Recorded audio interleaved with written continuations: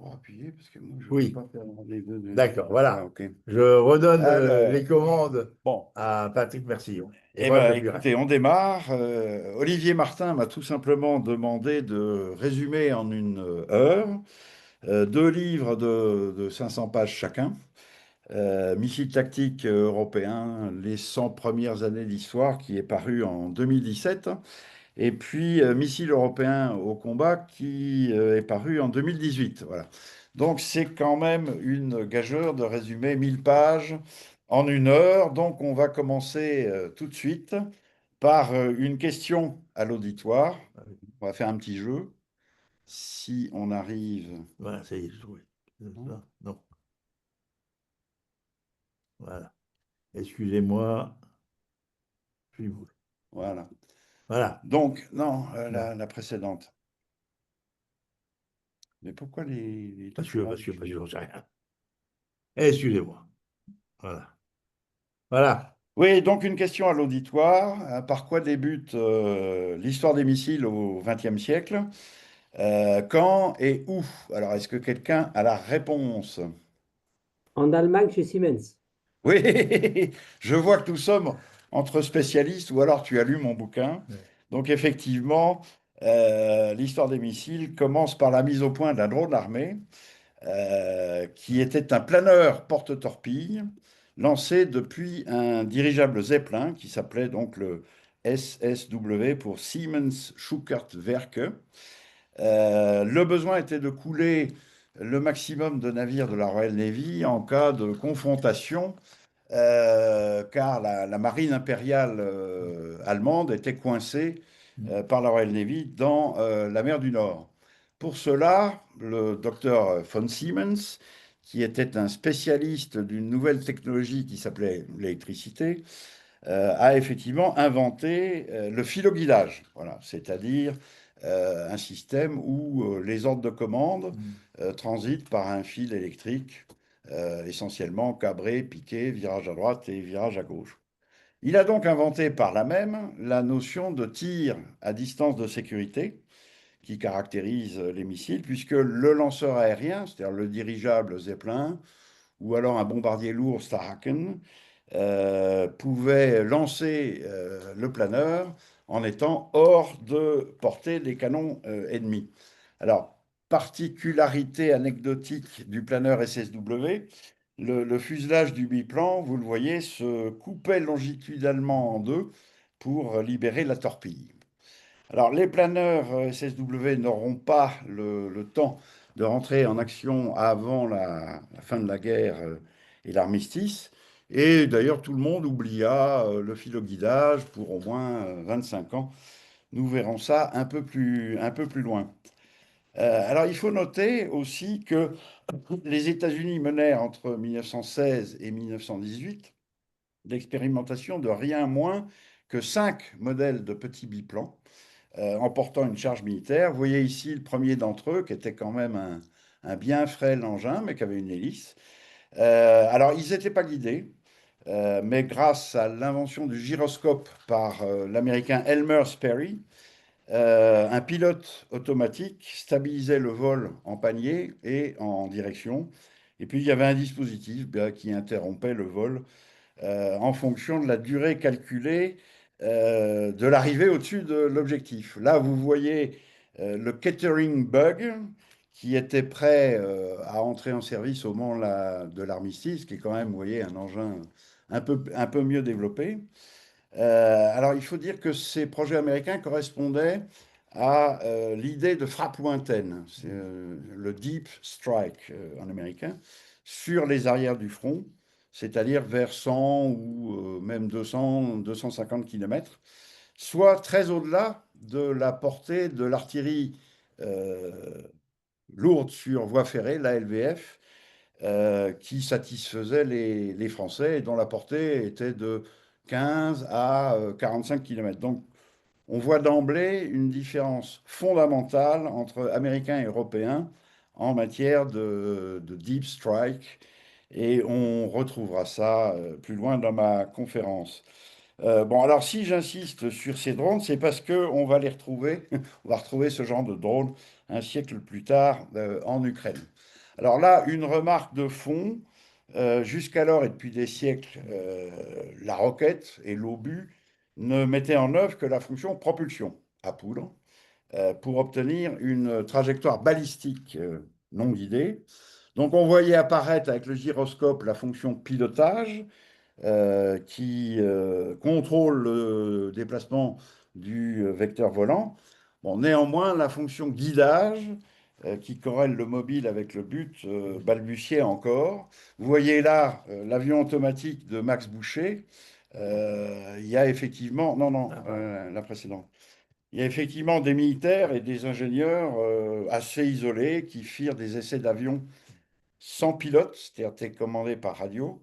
Alors, au Royaume-Uni, c'était pour abattre les dirigeables Zeppelin qui bombardaient Londres, en France, avec Max Boucher, en Italie et aussi aux États-Unis.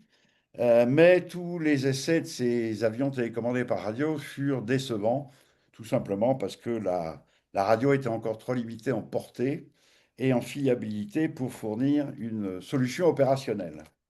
Et puis la fin du conflit a fait disparaître les besoins de cette artillerie volante, d'autant que d'excellents bombardiers moyens comme le Bradley 14 que vous voyez ici étaient entre-temps entrés en service pour aller bombarder les arrières de l'ennemi. Et c'est la raison pour laquelle il faudra attendre un siècle pour voir réapparaître des drones armés. Prochaine. Alors, la radio ayant tout de même fait des progrès dans l'entre-deux-guerres, le DVL, c'est-à-dire l'Institut allemand de recherche aéronautique, lança en 1938 des projets de bombes volantes téléguidées par radio. Alors, d'abord pour éviter d'exposer les bombardiers à la DCA et également pour gagner en précision. Alors, il s'agissait, comme le SSW, d'armenti-navires, toujours pour couvrir le même besoin, affronter la puissante Royal Navy, qui à l'époque était pourvue de porte-avions, alors que l'Allemagne en était dépourvue. Donc là, vous voyez le Henschel HS-293, qui était un mini-avion, accéléré au départ par un moteur fusée Walter, et qui planait. Alors, le cylindre qui est en dessous, c'est la bombe. Et donc, il planait jusqu'à 9 km de portée maximale afin d'attaquer à l'horizontale les navires peu blindés, c'est-à-dire les escorteurs, les navires de transport, etc. Donc, la chaise 293 entra en opération en août 1943 dans le golfe de Gascogne, soit 5 ans à peine après le début de l'étude. Là, vous voyez la bombe X1 qui devait, quant à elle, percer les ponts des cuirassés en attaquant verticalement. Elle était donc télédéviée par radio dans sa chute verticale grâce aux gouvernes que vous voyez là sur son empennage. Alors, comme la chaise 293, la X1 était lancée depuis les bombardiers Dornier DO 217 et elle employait le même système de guidage par radio à vue qui s'appelait Kehl-Strasbourg et donc était utilisable seulement de jour et par bonne météo. Alors là, X1 coula en septembre 1943 le cuirassé italien Roma qui se rendait aux Alliés. Et puis lors du débarquement à Salerne, au sud de Naples, elle endommagea par exemple le cuirassé HMS Warspite et puis le croiseur américain USS Savannah. Vous avez ici la photo au moment, une extraordinaire photo, au moment de l'impact de la bombe. Mais après la surprise initiale de 1943, ces deux armes ne jouèrent plus aucun rôle, notamment au moment du débarquement de Normandie ou de Provence. Bon, pour deux raisons. D'abord, le renforcement de la chasse alliée empêcha rapidement les bombardiers allemands de s'approcher de leur cible. Et puis, dès mars 1944, un brouilleur radio s'est mis à équiper les navires alliés. C'était d'ailleurs le tout premier dispositif de contre-mesure électronique, hein, de CME.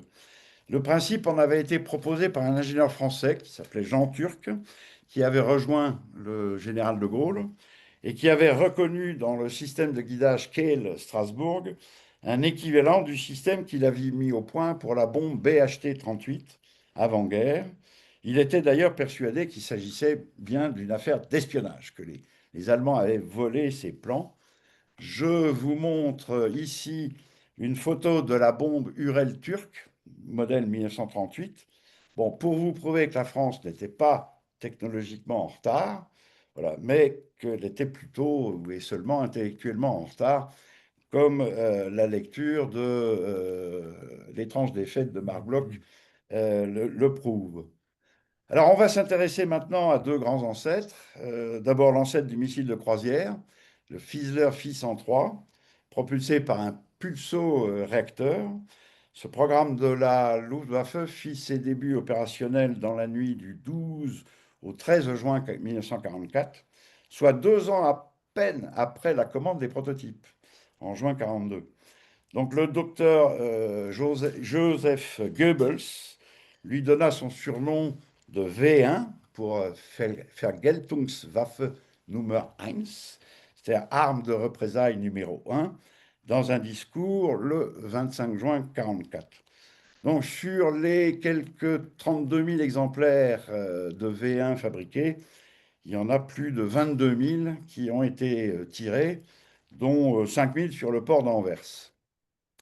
Alors voici l'ancêtre du missile balistique, la fusée A4, qui est la véritable désignation du V2, et qui était un programme mené par l'artillerie allemande. Celle-ci s'était intéressée dans l'entre-deux-guerres à des petites fusées propulsées par des ergols liquides que lançait une association de civils allemands qui rêvaient de conquête pacifique de l'espace. Et l'artillerie allemande s'est demandé si une fusée ne pourrait pas, à terme, fournir une super artillerie à longue portée pour tourner les clauses du traité de Versailles de 1919 qui interdisaient les recherches sur les armes qui avaient gagné la guerre, c'est-à-dire le char, l'avion d'assaut et surtout l'artillerie lourde. Mais évidemment, le traité de Versailles ne pouvait par nature pas couvrir les inventions futures. Donc une petite équipe fut embauchée par les militaires en 1932, dont faisait partie un jeune ingénieur que vous connaissez tous certainement, qui s'appelait Werner von Braun. Alors la fusée A4, qui était donc le quatrième modèle, effectua son premier tir opérationnel le 8 septembre 1944. Alors contre quelle cible? Est-ce que quelqu'un la connaît? Oui, Paris. Oui, absolument. Paris qui venait d'être libéré, parce qu'effectivement, un V2 toucha Maison-Alfort avant que les tirs ne se reportent l'après-midi vers l'Angleterre. Il s'agissait certainement d'un tir de réglage par une batterie qui était située dans les Ardennes belges. Alors, la navigation inertielle des V1 et des V2 ne leur permettait d'atteindre que des cibles de grande surface. Bon, ce qui fait que les auteurs en ont conclu qu'il ne pouvait s'agir que de villes.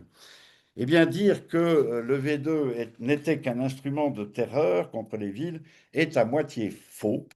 On comptabilise bien 40% d'emplois contre des villes, essentiellement Londres, et quand même 23 impacts sur la région parisienne, mais on compte 60% comme super artillerie à longue portée pour gêner la logistique alliée. Alors essentiellement contre le port d'Anvers qui venait de rouvrir au trafic allié, et puis contre des nœuds ferroviaires en Belgique et dans le nord de la France. Il y a même 12 tirs ratés contre le pont de Remagen, qui était le seul pont capturé intact par les Alliés lors du franchissement du Rhin, mais ils ont tous raté. Donc vous voyez que nous n'avons retenu du V2 que l'épisode du second Blitz sur Londres, mais qu'on a oublié son véritable emploi d'origine, qui était être une super artillerie. Alors, on retrouve exactement les mêmes chiffres à propos de l'emploi des Tactical Ballistical Missiles, les TBM, entre 1973 et 2001, 43% comme arme de terreur et 56% comme super artillerie à longue portée. Alors, ces TBM, vous le voyez, étaient essentiellement composés de dérivés lointains du V2, notamment le missile sol-sol soviétique Scud, et puis ses dérivés irakiens et iraniens, d'ailleurs nord-coréens à l'époque, qui ont été utilisés comme des succédanés de bombardiers. Donc là encore, nous sommes déformés par l'attention médiatique accordée au bombardement par les Irakiens de Tel Aviv et de Riyad lors de la guerre du Golfe en 1991. Alors, je fais une petite digression là. Vous avez remarqué l'extrême rapidité des développements et des mises en service de ces missiles allemands. Alors, parmi les raisons de cette avancée allemande, il y a bien sûr la volonté politique de réarmement à partir de 1935, et puis l'effort financier l'accompagnant. Mais il y avait aussi le rassemblement dès 1937 à Peenemünde de tous les acteurs qui participaient au développement de ces programmes. Il y avait à la fois les militaires en charge de la direction des programmes, il y avait les industriels avec leurs bureaux d'études, les laboratoires, les ateliers de fabrication, et il y avait aussi le centre d'essai, avec à la clé donc une circulation très fluide et très rapide de l'information entre toutes les parties prenantes, et donc un énorme gain de temps. Alors cette forme d'organisation s'appelle aujourd'hui le travail en plateau, c'est-à-dire la réunion au même endroit de tous les participants à un même projet, quelle que soit leur origine. Les spécialistes du management en font remonter l'origine dans l'industrie automobile japonaise ou suédoise dans les années 1970, mais c'est quand même le campus scientifique de Peenemünde qui en est incontestablement la première application. Alors, conjointement, en 1937, à la même époque, Staline inaugura une autre formule de travail en plateau. Après avoir fait fusiller 30 000 officiers de l'armée rouge, il fit interner les ingénieurs de l'armement dans des camps. Donc des ingénieurs de l'armement terrestre, aérien, naval, qui ne se seraient jamais rencontrés dans la vie courante, se retrouvèrent tous ensemble. Et pour s'occuper, ils créèrent des commissions d'études des armements nouveaux. Et il en résulta un intense enrichissement croisé et une très grande créativité, puisque plus personne ne travaillait en silo. C'est pareil. Alors l'exemple le plus emblématique, c'est celui du char T-34, tout à fait révolutionnaire. Et vous le voyez, il résulte, le seul élément qui vient de l'armement terrestre, c'est le train de roulement, parce qu'effectivement, il n'y a pas d'avion ou de bateau à chenilles. La soudure du blindage qui était tout à fait révolutionnaire venait de l'achat aux États-Unis par une commission navale avant-guerre de postes à soudure repérés dans des chantiers navals. Le canon de 76 mm puis de 85 venait lui aussi de la marine, où il servait à la DCA navale. Le moteur venait de l'achat en France de la licence d'un moteur d'aviation, 12 cylindres en étoile, Hispano-Suiza 12Y. La licence avait été achetée au Front populaire. Et puis la dieselisation, c'est un ingénieur civil qui avait fait une thèse sur le sujet dans une université américaine qui l'a faite. Puis la boîte de vitesse, c'est un ingénieur civil qui était un ancien de chez Ruski Renault, la filiale de Renault en Russie, qui se souvenait de la boîte de vitesse du FT-17 et qui a proposé simplement le grossissement homothétique voulu. Alors Staline finit par faire libérer les ingénieurs qui retournèrent à leur bureau d'études avec les plans, les bleus, on disait à l'époque, des nouveaux armements et avec l'ordre de pousser les fabrications. Si donc vous voulez innover tout en réduisant les délais de réalisation des armements, Le goulag. la solution, ce serait effectivement de coller toutes les équipes en plateau dans la même prison. Bon, mais selon le budget dont vous disposez, vous pouvez tout aussi bien choisir d'implanter le plateau à Cannes au Carlton. Alors voyons maintenant ce qu'il en fut des missiles aux États-Unis lors de la Deuxième Guerre mondiale. Les États-Unis ne mirent que 2 ans et demi à faire rentrer au combat une panoplie tout à fait foisonnante de planeurs téléguidés par radio, de bombes guidées par radio, de bombes télédéviées. Vous voyez la VB, Vertical Bomb Azon, qui était la même chose que la I-5 allemande. Par exemple, le planeur BAT a été le premier anti-navire doté d'un radar, d'un autodirecteur électromagnétique actif. Et effectivement, les Américains, en 2 ans, ont essayé toutes les solutions possibles d'autodirecteurs, c'est-à-dire radio, TV, infrarouge, électromagnétique. Bon, grâce à la puissance de leur industrie civile des télécommunications, avec des sociétés comme RCA, Motorola, et puis surtout les Bell Laboratories. Alors, on ignorera tout de ces réalisations durant des décennies, car le plus grand secret avait été demandé à la fin de la guerre par le général Curtis LeMay, le patron, le grand patron du bombardement américain. Il craignait effectivement que la révélation de solutions qui rendaient les bombes plus précises n'engageât le Congrès à voter moins de crédits pour l'achat des bombardiers. Et donc les archives ne sont devenues disponibles que dans les années 90. Alors en occupant l'Allemagne, les Alliés furent absolument sidérés du foisonnement de prototypes allemands. Il y avait 6 types différents de missiles solaires, il y avait 2 RR, un anti-char, plusieurs anti-navires. Par contre, les essais menés après-guerre, avec toute cette ménagerie, ont été très décevants parce que, bah, ce qui était normal, vu l'urgence, tout ça manquait de mise au point. Mais ça a failli condamner les missiles tactiques à l'esprit de la plupart des militaires. Seul le V2, que vous voyez ici, retint l'attention et il fut le point de départ aux États-Unis et en URSS des programmes de missiles balistiques, d'abord tactiques et puis ensuite stratégiques. L'emploi tactique possible des missiles restait lui donc une question ouverte, mais il se trouvait en Europe quelques ingénieurs et de rares militaires pour penser que seules des armes nouvelles pourraient lutter efficacement contre les deux grandes menaces émergentes du conflit. D'abord le char et puis le bombardier stratégique. Alors le char avait vu en 5 ans sa masse passer de quelques tonnes sur le R-35 à une soixantaine de tonnes sur le Joseph Staline 2. Et le calibre du canon était passé de 37 mm à 122. Le bombardier stratégique, lui, avait écrasé les villes allemandes et japonaises, et il était désormais porteur de l'arme nucléaire. Donc les inconnus technologiques pour développer des missiles anti-chars et anti-aériens étaient énormes, surtout en matière de propulsion et de guidage. La première priorité était donc d'acquérir le maximum de connaissances en expérimentant les armes secrètes allemandes. Et la tâche fut en partie confiée à l'Arsenal de l'aéronautique, qui était une entreprise d'État. Donc l'Ars Aero détacha de son bureau d'études avions une petite équipe pour étudier les missiles capturés. Nous avons ici le premier élément de la création d'une start-up. C'est-à-dire, on prend une petite équipe, on la détache du cadre organisationnel normal pour qu'elle aille s'aventurer dans un domaine technologique inconnu. Alors, le chef de cette équipe, qui était un jeune polytechnicien de 37 ans, Jean-Émile Stauff, se transforma immédiatement en propagandiste pour obtenir des crédits. Voilà, ce qui correspond aujourd'hui à la levée de fonds, à la phase de levée de fonds dans les startups.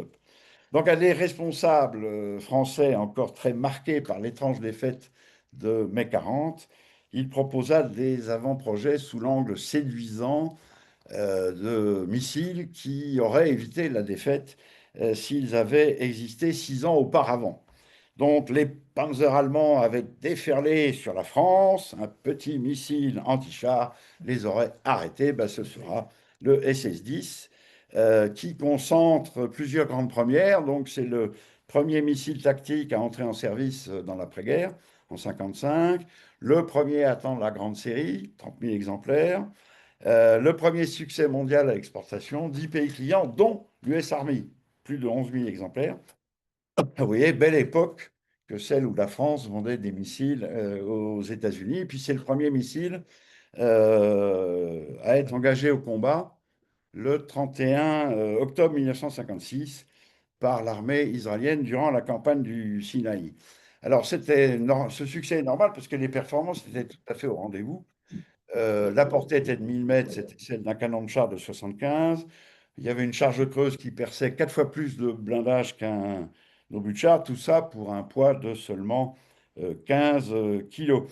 Ce qui fait que ces performances firent beaucoup pour convaincre les hésitants de la viabilité et de l'utilité des missiles tactiques. Nota au passage, le SS-10 reprenait le filoguidage du SSW et du prototype de missile anti-char allemand X-7 de 1944. Alors, Émile Stauff poursuivit son argumentaire. En 1940, les chasseurs et les bombardiers de la Luftwaffe avaient dominé le ciel de la bataille de France. Un engin RR les aurait décimés. Ce sera la A-10, basé sur le missile X-4 allemand, qui était vidéo-guidé. Mais bon, la bobine file limitait un peu trop la portée. Donc immédiatement après, il y a eu la A-20. Vous voyez quand même que l'esthétique, hein, l'aérodynamique avait beaucoup changé. Et la A-20 fut le premier missile RR européen à entrer en service en 1956. Alors, dernier argument de Limistoff, en 1940, la DCA et la chasse française avaient cruellement manqué d'entraînement, donc une cible radiocommandée serait idéale pour parfaire leur formation. Ce sera la cible CT-10, basée sur le V1, comme vous le voyez. Elle fut d'ailleurs le premier missile exporté au monde, au Royaume-Uni en 1952, pour un champ de tir à Malte. Alors, les startups d'aujourd'hui ne renieraient pas le pragmatisme de la philosophie des Misthoff, qui disait il faut faire vite et simple avec ce qu'on a et accélérer la mise en service pour prouver ce dont on est capable. Ils ne savaient pas qu'il inventait une nouvelle industrie. Dans la foulée, et alors que l'arsenal de l'aéronautique avait été racheté par Nord-Aviation, bon, ce qui arrive aujourd'hui à de nombreuses startups, un grand frère du SSD fut développé, le SS-11, qui devint un standard dans l'OTAN et qui a été copié dans le monde entier. Puis vint le SS-12, vous voyez, qui était le grossissement homothétique du SS-11 pour doubler la portée, qui a été le premier missile anti-navire léger dans de très nombreuses marines, y compris dans l'US Navy. Ce qui fait qu'à la fin des années 50, la partie missile de Nord-Aviation était passée du statut de start-up à celui de licorne, dirait-on aujourd'hui. Alors, il y a une autre start-up qui s'est lancée, Matra, qui était une ETI de 500 personnes, qui était spécialisée dans les lance-roquettes, mais qui voyait plus grand et qui s'est lancée dans les missiles RR, mais alors en se tournant résolument vers la solution risquée des autodirecteurs, que personne d'ailleurs ne maîtrisait en Europe, mais qui promettait à la fois un emploi tout temps et puis de laisser le chasseur libre de ses évolutions après le tir. Matra mettra beaucoup plus de temps que Nord Aviation à devenir une licorne, puisqu'il a fallu 13 ans entre le début des premières études et la commande de série du premier missile R511. Alors, il y avait à l'époque d'autres startups, soit publiques, comme l'Arsenal de la marine de Ruel, la DEFA, Direction des études et fabrications d'armement terrestre. Et puis il y avait des startups privées, des sociétés ECA, Latécoère, Breguet, Brandt, qui se lancèrent dans les missiles. Alors pour abattre les bombardiers stratégiques, se développèrent en parallèle des missiles RR, des missiles sol-surface air, guidés par alignement sur un faisceau radar qu'on appelait le beam riding, c'est-à-dire littéralement chevaucher le faisceau. On assista alors en France à un foisonnement de programmes de missiles sol-surface air, chaque armée voulant sien.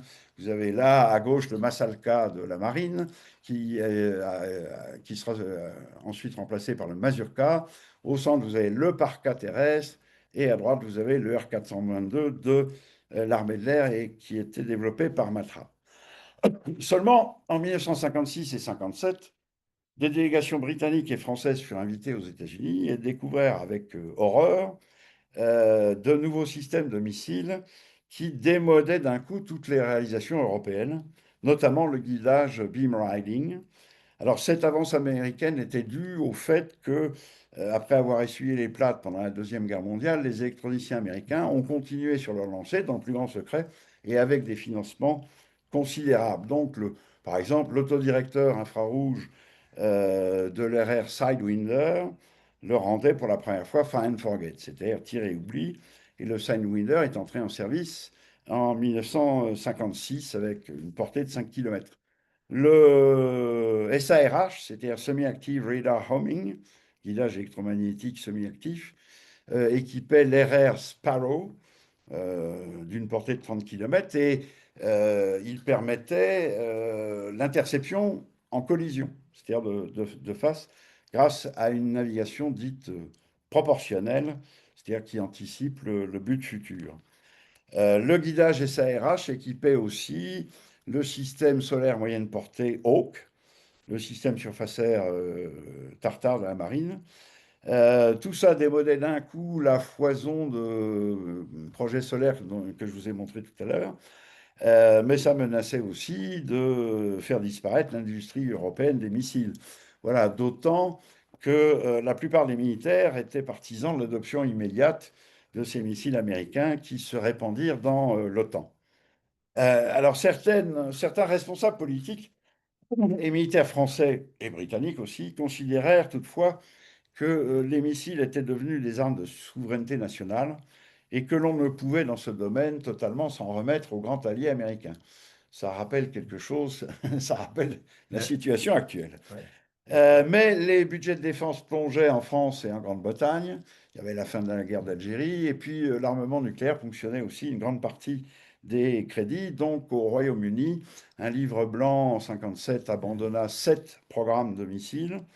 Et en France, c'est une décision ministérielle de 1958 qui abandonne 6 programmes.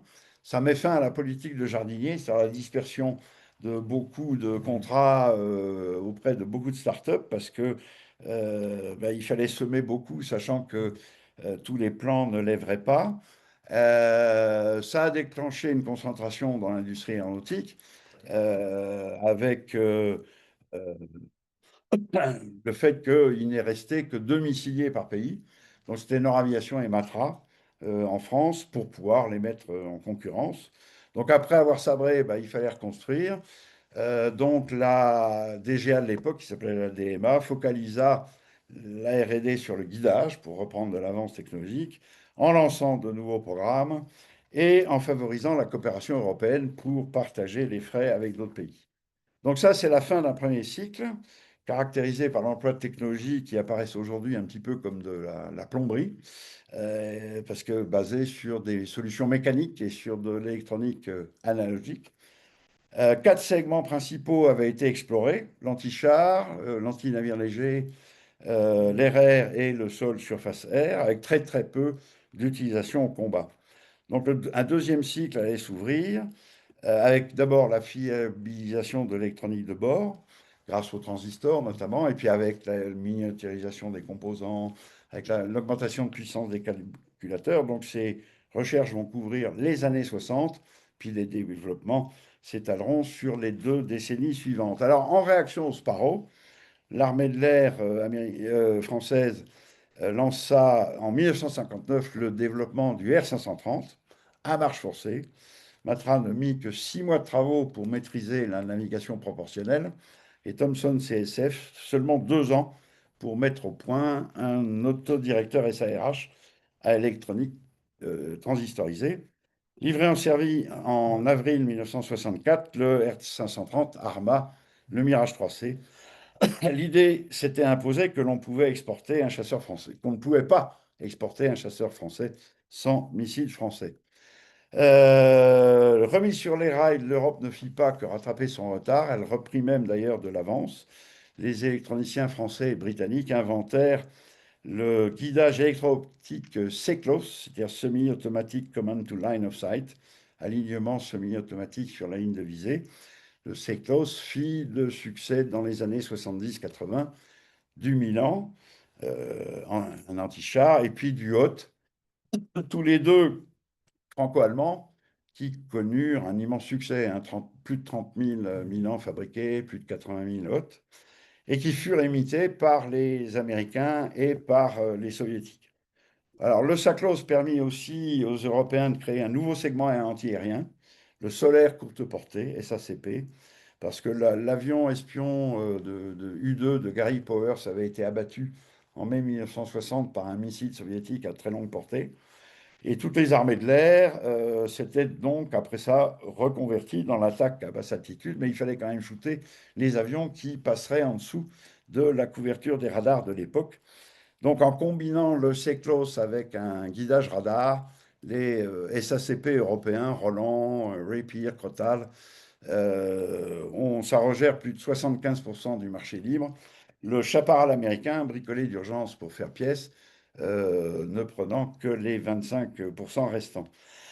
Donc ce redressement est surtout dû au fait que en groupant les commandes nationales, on- les Européens atteignaient pour la première fois des effets de série à l'américaine et des prix compétitifs.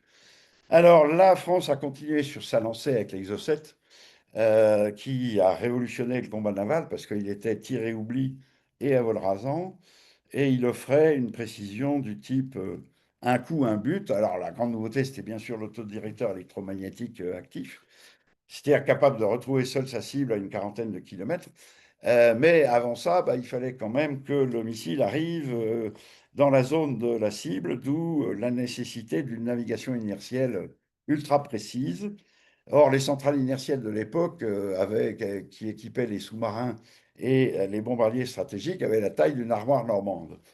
D'une manière totalement contre-intuitive, c'est la disette budgétaire qui déclencha le progrès parce que la DMA, ancêtre de la DGA, focalisa dans les années 60 tous les crédits de recherche et de technologie sur la miniaturisation des centrales inertielles et sur les autodirecteurs électromagnétiques actifs, avec des programmes de recherche qui s'appelaient AS-31, AS-33, AS-34.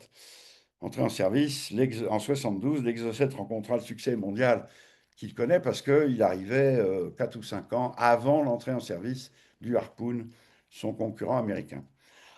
La guerre du Kippour fut en 73 le premier conflit qui révéla l'efficacité tactique des missiles.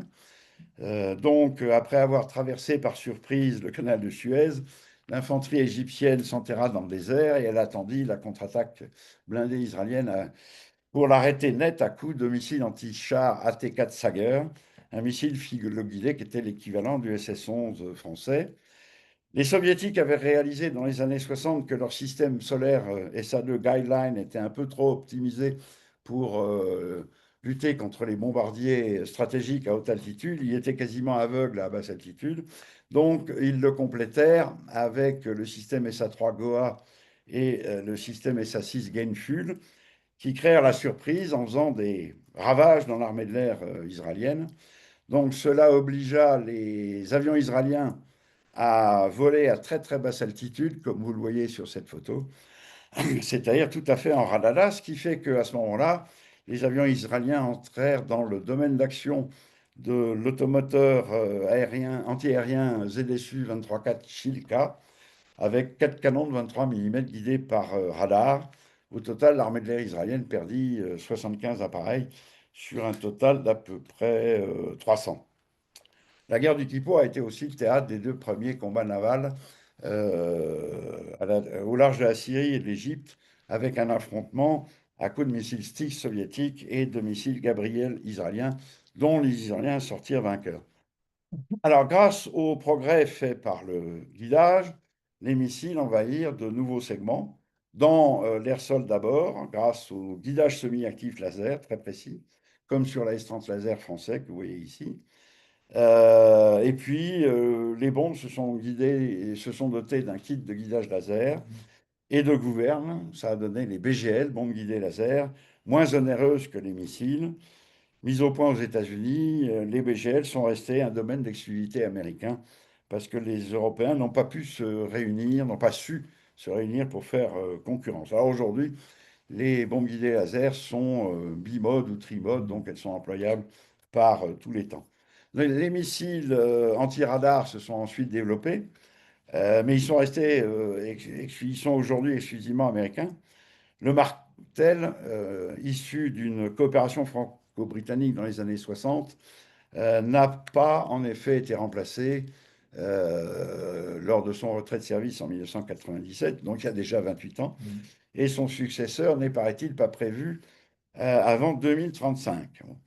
Le segment des SACP, c'est-à-dire solaire très courte portée tiré à l'épaule, se développa dans les années 60, entre les années 1960 et 1990 avec le SA-7 Grail soviétique, les fameux Stinger américains et enfin le Mistral français. Alors on en arrive à la, voilà, le Mistral français. On en arrive à la guerre des Malouines, 9 ans après la guerre du Kippour. Une guerre très médiatisée et qui a révélé à un très vaste public mondial l'efficacité des missiles tactiques, avec d'abord l'effet Exocet, c'est-à-dire la destruction surprise de la frégate HMS Sheffield et de l'Atlantic Conveyor. Donc ce tableau des pertes montre bien l'avantage pour l'attaquant du tir des missiles à distance de sécurité. Hein, vous voyez, en attaquant à la bombe, l'armée de l'air argentine et l'aéronavale n'ont coulé que 2 fois plus de navires, mais ont quand même subi, vous voyez, la perte de 43 appareils et 30 pilotes tués. Donc, principal enseignement, les missiles épargnent le sang ami. Les missiles les plus modernes l'emportent au combat. Alors ça, c'est l'enfoncement de porte ouverte. Mais il est clair que les Mirage argentins, avec des vieux R530 et des vieux Shafir israéliens, alors vieux, ils avaient 15 ans, hein, mais c'était la première génération, ne pouvaient affronter les Sea Harrier qui étaient dotés de la plus récente version du Sidewinder. Quant à l'interdiction d'une zone par la présence d'un missile solaire, ben, elle fut prouvée au Malouine par le seul fait qu'un seul poste de tir Roland suffit à faire cesser les attaques britanniques contre l'aéroport de Port Stanley.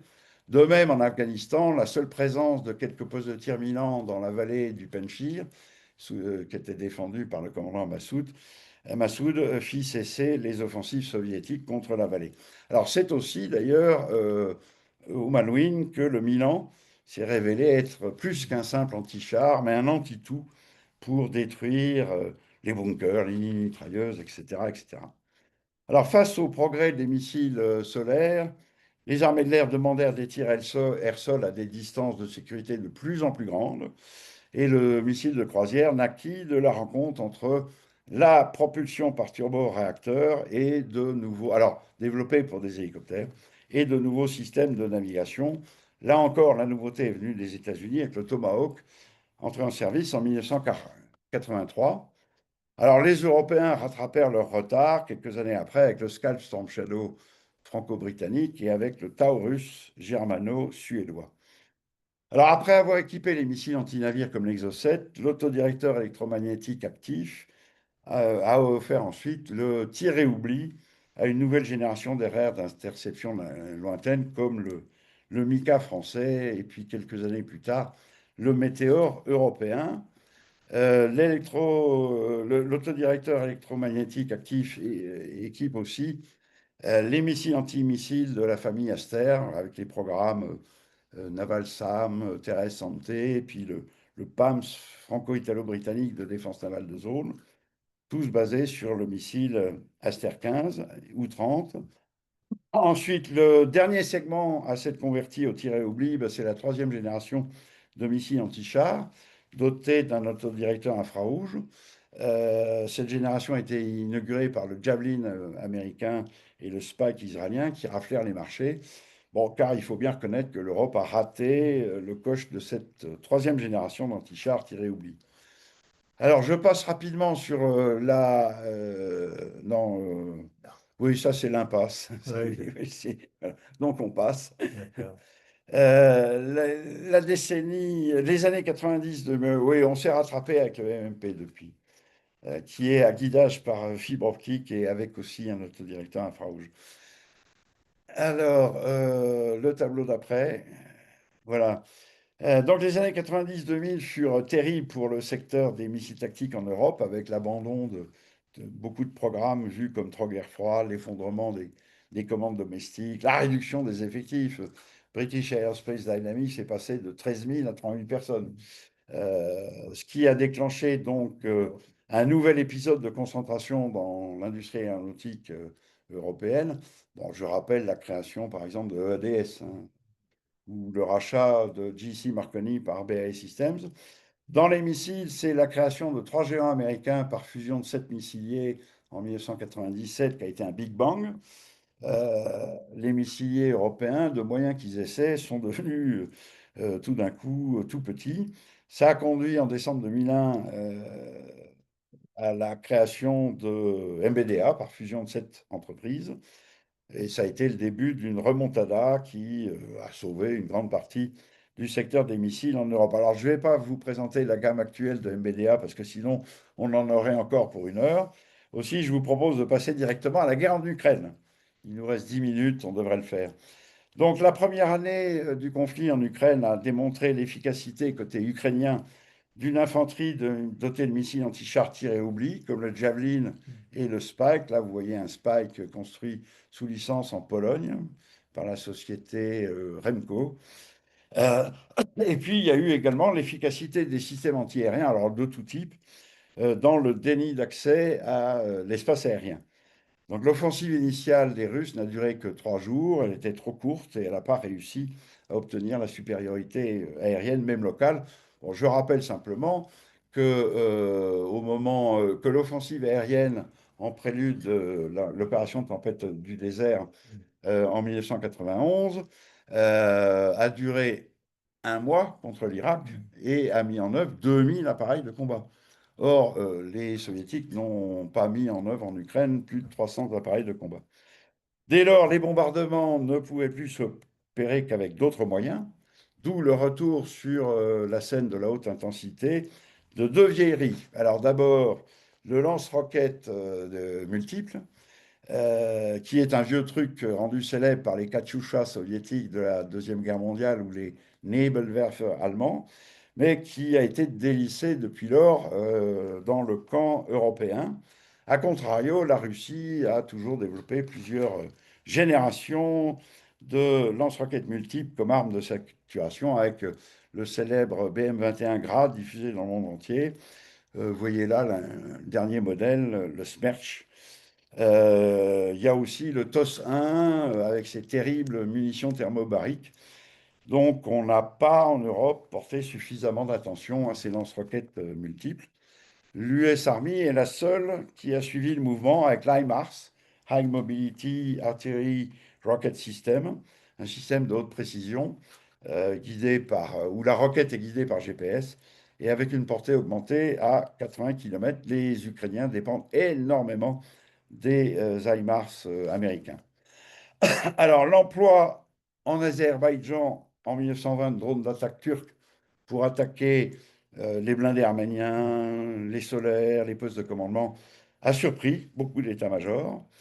Pourtant, comme nous l'avons vu, les drones armés étaient quand même aussi une vieillerie, puisque le concept a été testé en vol par les Américains en 1916 et ils l'ont employé au combat avec le drone TDR-1 dès 1944. Alors, il a fallu 50 ans d'évolution pour voir les drones armés devenir un concurrent pas cher des missiles. Les Israéliens ont d'abord mis au point, à partir des années 70, le drone de surveillance tactique. Vous voyez ici le Scout israélien en service en Suisse. Les Américains en ont ensuite fait un outil de surveillance opérative, c'est-à-dire de théâtre d'opération, avec le Reaper, un drone mâle, c'est-à-dire medium altitude, long endurance. Puis les Américains sont allés vers le drone stratégique avec le HAL, High Altitude Long Endurance, comme le Global Hawk qu'on voit ici, qui est quasiment un satellite en orbite ultra basse. Puis les Américains ont armé le Reaper avec des BGL et avec des missiles anti-chars. Bon, mais vu les dimensions du Reaper, il a quand même les ailes quasiment d'un Airbus A320. Il était évident qu'un tel drone ne pourrait être engagé face à des défenses solaires dans un conflit de haute intensité. Les Américains ont perdu récemment une dizaine de Reapers au Yémen. Ce ne sont toutefois pas des grandes entreprises américaines ou européennes qui sont à l'origine du renouveau du drone armé, mais de nouveaux entrants sur le modèle des startups. La Turquie avec le drone Bayraktar TB2, beaucoup moins cher que le Reaper. Israël avec le drone roller Harops. Alors je signale que MBDA a développé entre 2008 et 2011 le Fire Shadow, qui était un drone roller euh, qui pouvait rôder plusieurs heures à 100 km de distance, mais il a été abandonné au profit de l'achat du Harops. Et puis vous avez l'Iran avec le drone suicide ou drone kamikaze Shahid 136. Et puis les combattants de première ligne ukrainiens ont innové en achetant sur Internet des petits drones civils du commerce, des jouets volants. et les ont armés avec des grenades et des bombes à baïonnettes, bientôt suivis par les Russes.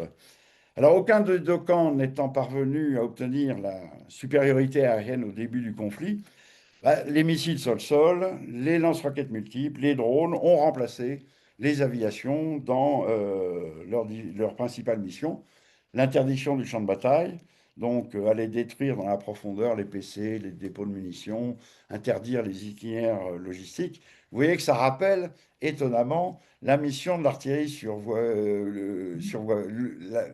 l'artillerie lourde sur voie ferrée française de 1918, réinventée par les V2 et par les Scud. Je rappelle que le missile sol-sol Atacms, qui peut être tiré par les HIMARS, à 300 km de portée. L'Iskander russe aussi. L'autre mission des armées de l'air remplie par les drones de première ligne, c'est l'apifeu aérien rapproché. D'où le fait que toute possibilité de manœuvre à grande échelle avec emploi de blindés est désormais interdite, ce qui donne la dilution des manœuvres à l'échelon local, la modestie des gains territoriaux qui sont payés à des prix forts. Donc on en revient au grignotage de la période 1915-1918. Alors après les aspects tactiques, voyons les aspects stratégiques. Même en se concentrant sur une seule filière comme la production d'énergie, les sols-sols et les drones n'ont pas obtenu jusqu'à présent autre chose qu'un effet de nuisance. Pour obtenir un réel effet stratégique, une campagne de bombardement doit se caractériser à la fois par son ampleur et par son intensité dans la durée, en cherchant à frapper sans relâche les sites névralgiques jusqu'à leur destruction totale. Le problème, c'est que autant sur le plan tactique que sur le plan stratégique, s'il faut remplacer chaque bombe aérienne par un drone ou par un missile sur le sol, il en faut des quantités astronomiques. Donc lorsque les soviétiques lancent quelques centaines de drones par nuit, il leur faut quelques dizaines de smirmorques de lancement, comme vous le voyez ici. Il faut sans doute changer de logiciel mental en matière de quantité nécessaire d'obus, de drones et de missiles sol-sol. Alors pour l'instant, les drones ont créé la surprise. Bon, ça c'est vrai. Il semble effectivement prendre l'avantage sur les missiles dans le sol-sol, en tout cas grâce à la capacité de les produire vite, en masse et à moindre coût. Bon, mais il est clair que vont se développer des systèmes anti-drones, tout comme il y a eu la course classique entre le canon et la cuirasse. Après, il y aura des systèmes anti-drones. On constate déjà en Ukraine que les deux camps réussissent à abattre plus de 50 à 100 drones par nuit. Donc le drone n'est sans doute pas l'arme décisive que les emballements des médias nous décrivent. Alors, un petit nota, on voit réapparaître des drones filoguidés, parce que les drones télécommandés par radio sont brouillables, et donc les Ukrainiens ont mis au point des drones guidés par fibre optique. Alors, je rappelle que le programme Polyfem de missiles à fibre optique a été lancé en 1994, donc il y a plus de 30 ans, mais il a été abandonné en 2001 parce qu'il n'y avait pas l'argent. Alors, je tiens à rassurer la partie de l'auditoire qui aurait acheté des actions dans les grandes entreprises missilières qu'ils peuvent les conserver. Les missiles restent en effet seuls à l'avenir pour intervenir dans la défense aérienne qui est, alors là, elle en plein boom, le combat aérien, l'attaque anti-navire et la frappe à très longue portée. Il faut, paraît-il, toujours terminer une conférence par une plaisanterie. Oui. Ou en ouvrant une large porte ouverte vers un avenir radieux. Malheureusement, en ces temps troublés, ma conclusion ne va pas être forcément très rassurante. Voilà. Vous avez pu constater que l'Europe était en règle générale en retard d'une dizaine d'années sur les Américains en matière de nouveaux missiles. Et ça, depuis des décennies, comme je vous l'ai montré. Bon, à de rares exceptions près, comme les Milan, Hoth, Roland et Exocet. La nouveauté, c'est que nous sommes actuellement aussi en retard face à des réalisations israéliennes, russes ou chinoises. Je ne citerai à ce propos que l'exemple du missile hypersonique chinois YJ-21, qui vole à Mach 5+, qui manœuvre pour échapper à la défense antimissile et qui offre 1000 km de portée. Alors, les Européens découvrent que sans le parapluie américain, ils ont de très gros trous dans la raquette concernant les missiles anti-radar une mission qu'on a laissée aux Américains, tout comme d'ailleurs celle de la guerre électronique et du renseignement. Les missiles ATBM, nous n'avons pas de SAD américain ou de Arrow israélien pour abattre les TBM. Les SACP, bon, on les a achetés à la poubelle dans les années 2000. Les lance-roquettes multiples, les missiles sol-sol, les drones de tout type. Alors, ce n'est pas nouveau pour nous autres spécialistes de l'armement, qu'il s'agisse des états-majors, des directions nationales de l'armement ou des industriels. Par contre, ce qui est nouveau, c'est que les politiques et les médias, et peut-être aussi l'opinion publique, s'en aperçoivent aussi désormais, sans pouvoir plus pratiquer le sport national habituel qui est de nier la réalité. D'où mon dernier mot, il y a du boulot pour rattraper nos retards et boucher les trous dans la raquette, hein, les lacunes capacitaires, comme on On dit. dit maintenant, oui. Et il est temps de nous retrousser les manches. L'avenir n'est sans doute guère radieux, mais il sera ce que nous en ferons. Saint Augustin disait, les temps sont mauvais, les temps sont difficiles. Voici ce que disent les gens. Mais c'est nous qui sommes les temps. Tels nous sommes, tels sont les temps. Je vous remercie de votre attention. Eh bien, j'ai fait moins d'une heure, donc la gageure est ouais. tenue. Et ça a été remarquable. Alors, je dois aller ensuite, je vais couper, si ça se fait bien. Non, c'est pas ça. Excuse-moi, je suis en train de... Voilà. Ah, c'est peut-être supprimé. Bon.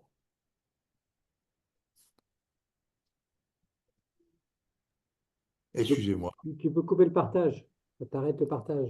Oui, oui, mais le partage, je suis en train de le couper. Ben ça, c'est commentaire. Il est où le partage? Je ne sais pas. Parce que ça n'a pas répondu. Il devrait être tout en bas. Tout en Ben, tout bas. en Pas au bas. milieu. Ah, tout en bas. Ben non, je vois rien. C'est mon problème. Non, en haut à droite, c'est marqué partager. En haut à droite, il y a partager ou arrêter Ah le oui, ça doit partage. être ça. Voilà. Non, c'est pas ça. Je suis désolé. Ça devrait être un carré vert.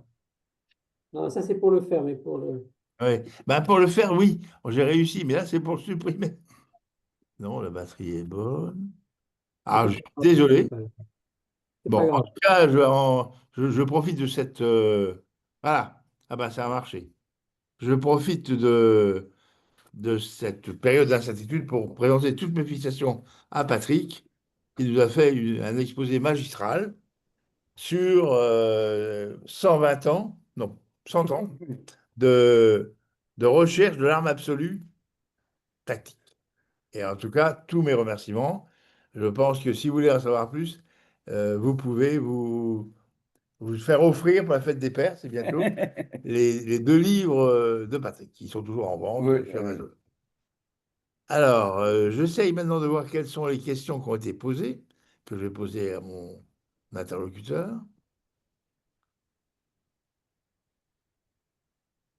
Oui, Denis Redley qui rappelle que nous avions importé au LRBA pas mal d'ingénieurs et techniciens allemands qui ont... Oui, oui, tout à fait. J'en ai connu encore un, moi, quand j'ai commencé à travailler en 72.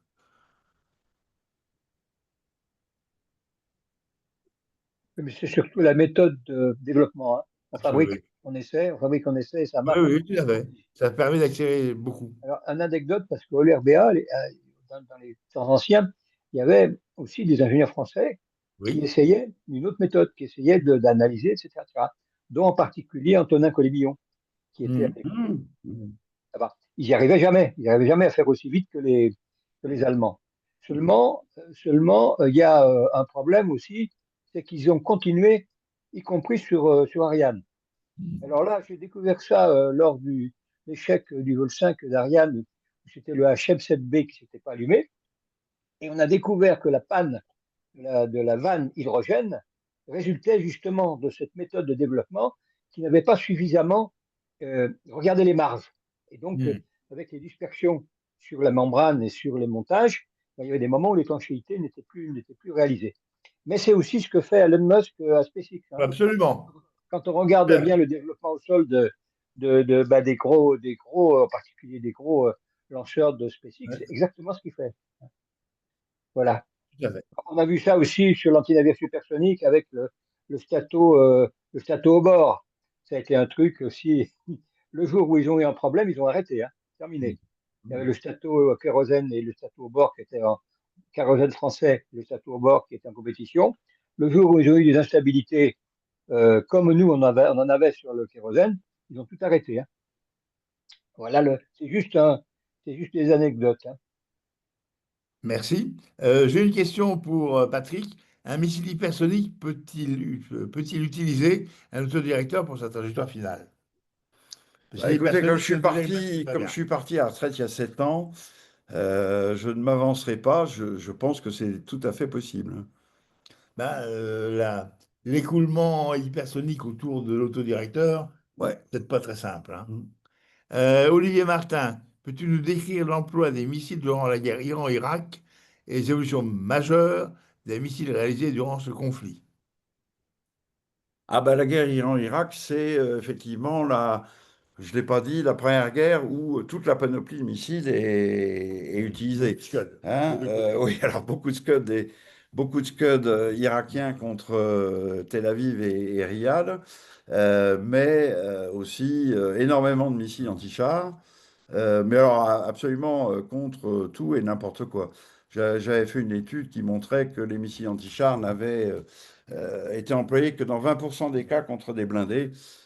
Pour le reste, ils détruisaient systématiquement toute cible présentant le moindre Hmm. danger. Et puis, c'est aussi la première guerre où il y a l'emploi à la fois des bombes guidées laser, Hmm. voilà. Et puis des missiles de croisière Storm Shadow. Hmm.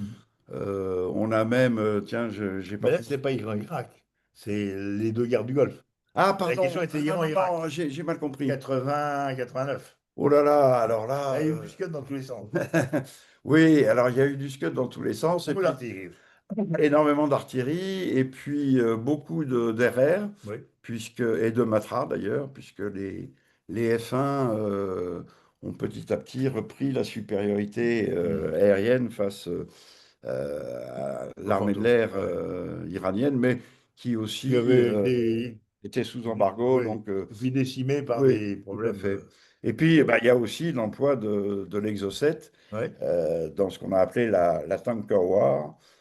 Donc, l'Exocet a dû euh, toucher aux alentours de 200 navires, voilà.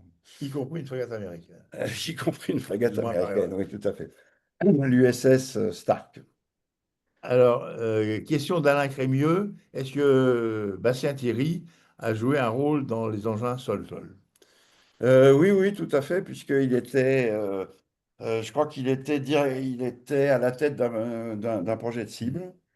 Euh, et donc, il était à la DMA, hein, je Mhm. pense.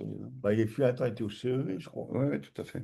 Oui, je précise la raison de ma question. Dès qu'on recherche des informations sur Bastien Thierry, qui était ingénieur de l'air Oui, oui. et qui était au service technique aéronautique, on trouve que c'est lui le concepteur du SS-11, euh, dans des articles qui sont sans doute panégyriques. Oui. Donc ça m'a d'abord étonné, Mhm. et donc je comprends qu'il devait être l'ingénieur de Barth, l'ingénieur responsable pour l'un de ces missiles dans la fin des années 50. Oui. Absolument, je crois que ça a été écrit dans un livre qui a été écrit par son frère. Ouais. C'est un bouquin qui donc décrit un peu l'histoire de Bastien Thierry et ses postes qu'il a occupés. Alors, pour la petite anecdote, quand MBDA s'est installé au Mhm. Plessis-Robinson Ouais, tout à fait. dans une seule et même installation, personne ne s'est aperçu que c'était la rue où le Ouais. commando voilà, a sulfaté la déesse du général de Gaulle. Ouais, ouais, ouais. Dans la course à la performance, quels travaux antérieurs sur l'hypervélocité pourraient servir à la SN 4G? Bah écoutez, je me souviens que dans les années 90, une jeune équipe d'aérospatiale à Bourges avait gagné le prix Flight Mhm. Aerospace, Ouais. remis par la grande revue Homonyme. homonyme britannique, remis au Salon du Bourget d'ailleurs, parce que ils avaient réussi à pousser une chambre de stato-réacteur jusqu'à Mach 5. Ouais. Mais ça n'a pas eu de suite par défaut de financement. Et d'ailleurs, sur cette question, notre ami Daniel Rayleigh parle du stato à combustion supersonique. Ouais, Oui, qui s'appelait le PREFA. Le PREFA, c'était ça s'appelait le programme PREFA, oui. c'était donc c'était un programme de R&D qui justement essayait de préfigurer les formules de stato à combustion supersonique, parce que le gros problème du stato à combustion supersonique, c'est de savoir si la poussée est supérieure à la traînée. Ouais. Parce que comme tout ça, et surtout quand il y a une incidence, c'est très très compliqué. Bon, enfin, mais c'est sûr que c'est les seuls travaux, disons, de propulsion qu'on peut ressortir pour cette application-là. Mais je crois que les derniers essais qu'ils ont fait, là, ça a été. Il y a notre ami Grand Clément qui rappelle qu'à son avis, à des vitesses hypersoniques, le plasma engendré par l'atmosphère autour du missile est imperméable aux ondes électromagnétiques. Mm. Et c'était également mon avis.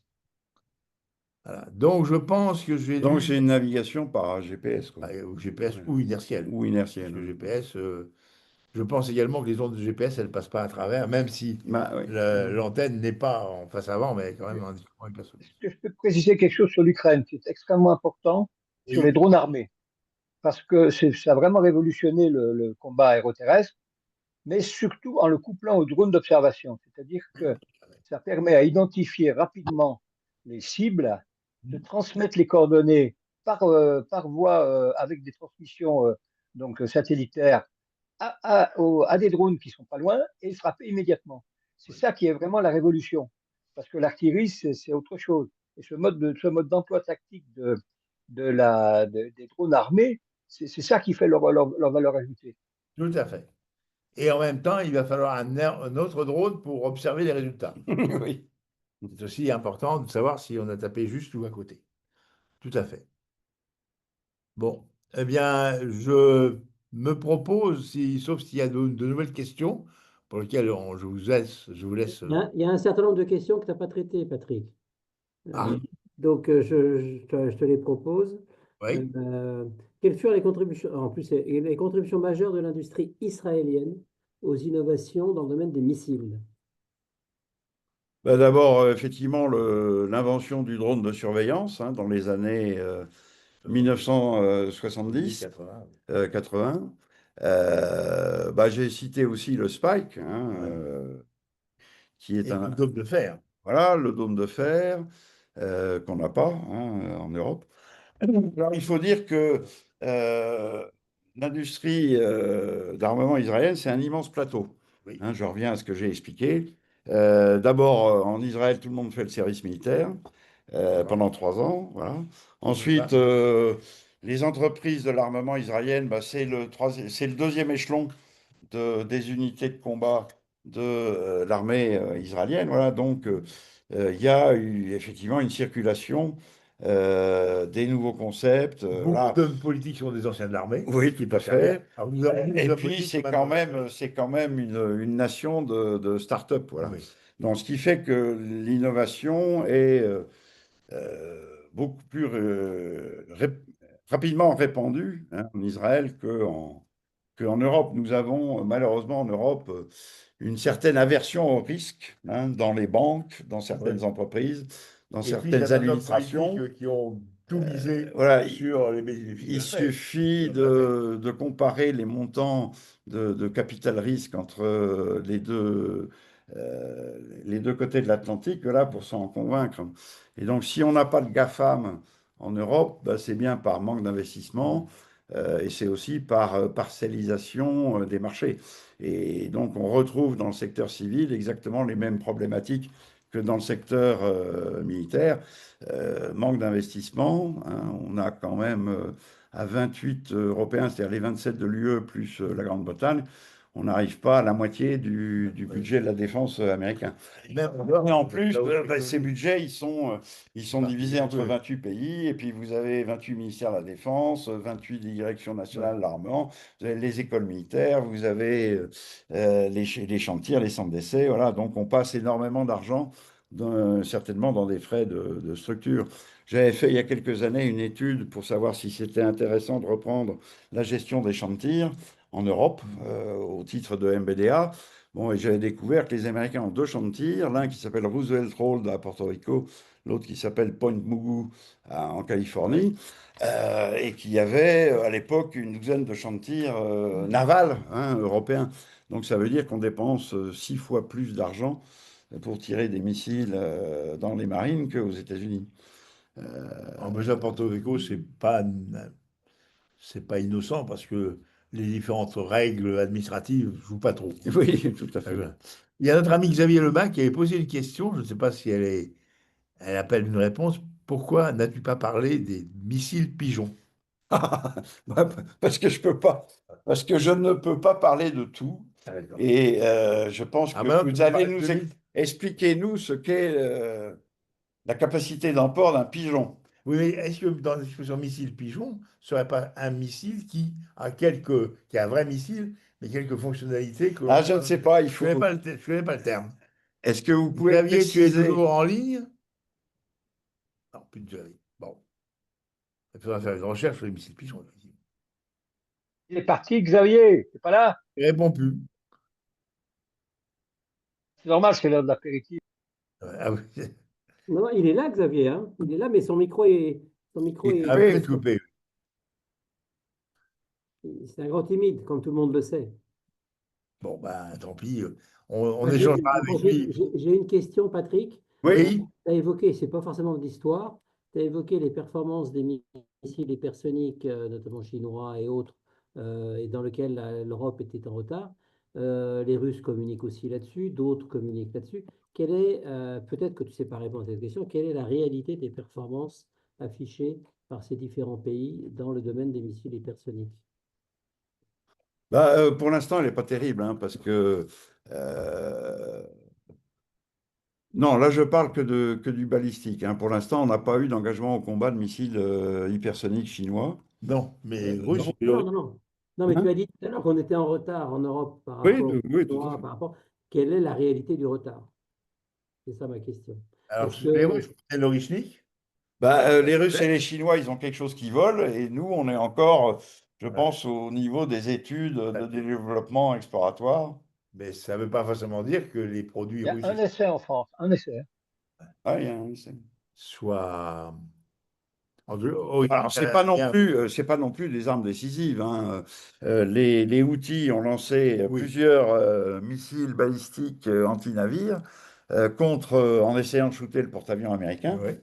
Bon, pour l'instant, ils n'ont pas réussi. Non, mais ils sont en train de bloquer Mais, la navigation quand même. oui, tout à fait. Donc, d'un point de vue non, je dirais, économique, ils ont gagné. Oui, tout à fait. Ils Et ont puis, bloqué toute la mer Rouge. voilà, et puis en plus, on s'est aperçu que, alors les Américains et je crois même les Français, avec la frégate qui était là-bas, ont tiré pas mal de missiles contre ces missiles balistiques et contre les drones. Mais là, tout le monde a rencontré un problème qui est que, ben, à un moment donné, il faut recharger. Oui, Voilà. Donc, il faut rentrer dans un port. oui. Et si vous avez assisté au chargement du missile Aster à bord d'une frégate, pour une grue avec une énorme flèche, pour descendre les missiles un par un Rentrer à la maison, quoi. dans les conteneurs, c'est extrêmement long. On a fait des bateaux avec pas beaucoup de systèmes de Oui. lance-missiles. Voilà, et donc il faudrait, à mon avis, faire un concours d'idées pour ravitailler plus vite en missiles surface air les bateaux. C'est une bonne remarque. Et puis aussi, certainement, mettre plus de solaire courte portée à bord des bateaux, parce que quand même tirer un missile Aster sur un drone, ça fait quand même très très cher.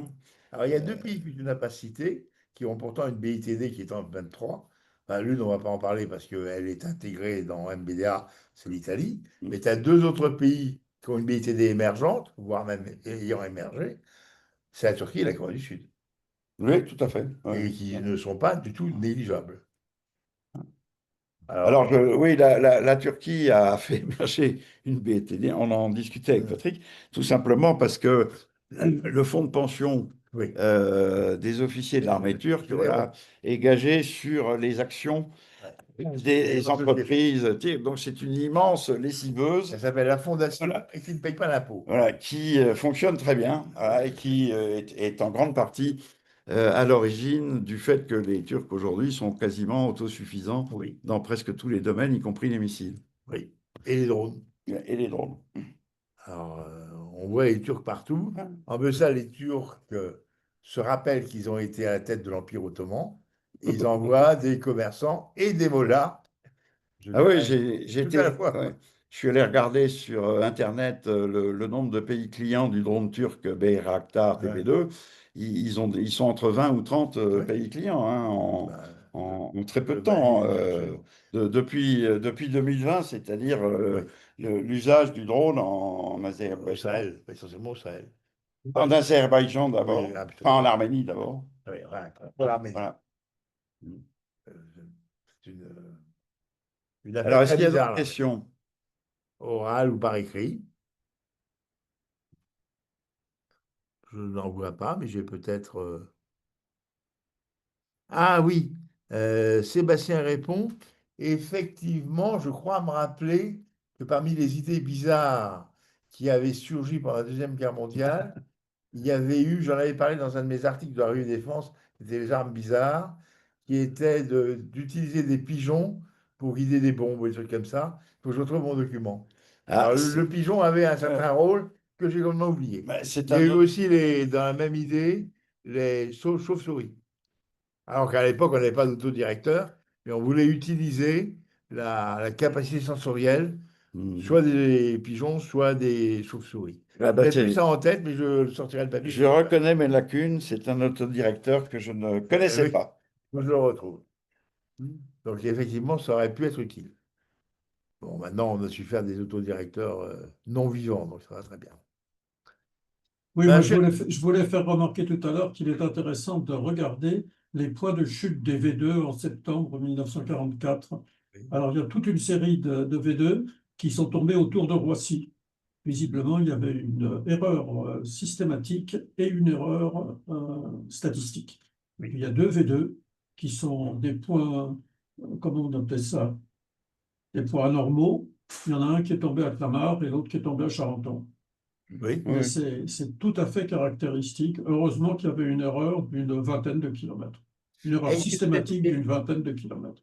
est-ce que cette erreur ne provient pas d'un effet je dirais, d'intoxication des Allemands? Ça s'est produit sur le V1, qui normalement était pointé sur Londres, et la radio anglaise disait on a eu des V1 qui sont tombés, mettons, à 20 kilomètres plus loin. Donc, par exemple, hein, je n'ai pas cette valeur exacte par rapport à Londres. Donc, les Allemands ont raccourci le temps de la distance. Et en fait, les 20 kilomètres annoncés étaient erronés, enfin, étaient une falsification. Donc, les V1 suivants sont tombés 20 kilomètres plus proches que ce qui avait été annoncé par la radio anglaise et sont tombés, évidemment, dans un champ de pétrole. C'est peut-être la même chose qui s'est passé à Paris, mais j'en suis pas sûr. Parce que cette superbe conférence, nous n'avons pas évoqué les aspects humains et comment on. Ben, ça pourrait pas le faire, bien sûr. On ne peut pas Les tout aspects faire. humains de tromperie, dans le bon sens du terme. Ouais. Ou peut-être que nos adversaires allemands avaient cru comprendre qu'il y aurait eu un aéroport à Roissy et qu'ils avaient tiré par avance. À l'époque, il n'y avait vraiment rien du tout. Ah non, je sais bien. Les terres de Roissy, c'est les terres de ma famille. C'est Hmm. là où mon grand-père cultivait ses betteraves et ses patates. Et lorsque le DC-10 turc est tombé dans les terres de mon cousin. Et la plupart des dégâts étaient faits par les journalistes après. Oui, mais comme je l'ai dit, toutes les armes allemandes de la Deuxième Guerre Oui, mondiale manquaient beaucoup de mise au oui, point. oui, bien sûr. Enfin, c'était Vu fait. la rapidité C'était de fait dans développement et de l'urgence. mise en service, Plus les complexités dues à voilà. un État dictatorial où c'est pas forcément les meilleures solutions qui passent, c'est celles qui sont qui permettent de faire comme frais, qui permettent de faire marcher là. Bien, ben, il est quasiment 8 heures, c'était notre objectif. Patrick, je te présente tous mes remerciements au nom de tous les auditeurs, car tu nous as fait une conférence remarquable, qui va être enregistrée, qui a été enregistrée, et qui sera sur le site de la CAIA, si tu en es d'accord. Absolument. Ainsi qu'un petit résumé pour inciter les gens à aller voir le site de la CAIA. Eh bien, écoutez, merci de m'avoir invité. Ah ben non, c'est normal. Merci de votre attention. Tu Félicitations. auras Mathieu. droit aux prochaines conférences. OK. Il y aura, alors pour vous prévenir, Bonne soirée, au revoir. il va y avoir une conférence sur la force de frappe, les origines, une conférence sur le Mirage 4, une conférence sur le César par son père, à savoir notre ami Pierre-André Moreau. Voici les prévisions à la rentrée. Super. Voilà. Merci à tous de votre patience et de votre gentillesse. Merci beaucoup, Patrick. À Merci. bientôt. À bientôt. Merci. Est-ce que vous avez Merci.